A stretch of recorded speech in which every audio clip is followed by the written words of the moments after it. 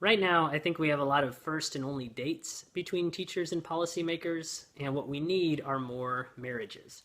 So I've tried to really focus on long-term partnerships when I approach a policymaker or a body like a State Department of Ed. And rather than trying to kind of come together around one issue or kind of give my 2 cents on one piece of legislation they're considering, I usually try to frame it in terms of a partnership that could be ongoing and that could really be mutually beneficial.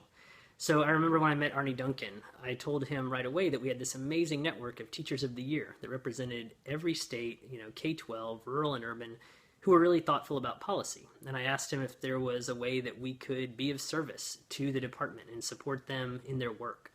And so I think, first of all, kind of focusing on that long-term partnership is important. And secondly, I would make sure that when you go in, it's not just to kind of deliver a speech or tell your story, but also to hear the story of that legislator or policymaker that you're talking to.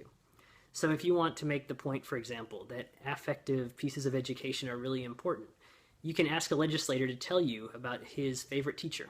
And when he kind of gets emotional and reminisces talking about his third grade teacher who he loved, you can point out that he didn't talk about test scores or AYP. He talked about his relationship with that teacher. So I think it's important when you go in to not so much be giving kind of a soliloquy, but really opening a conversation with that long-term partnership in mind as the end goal.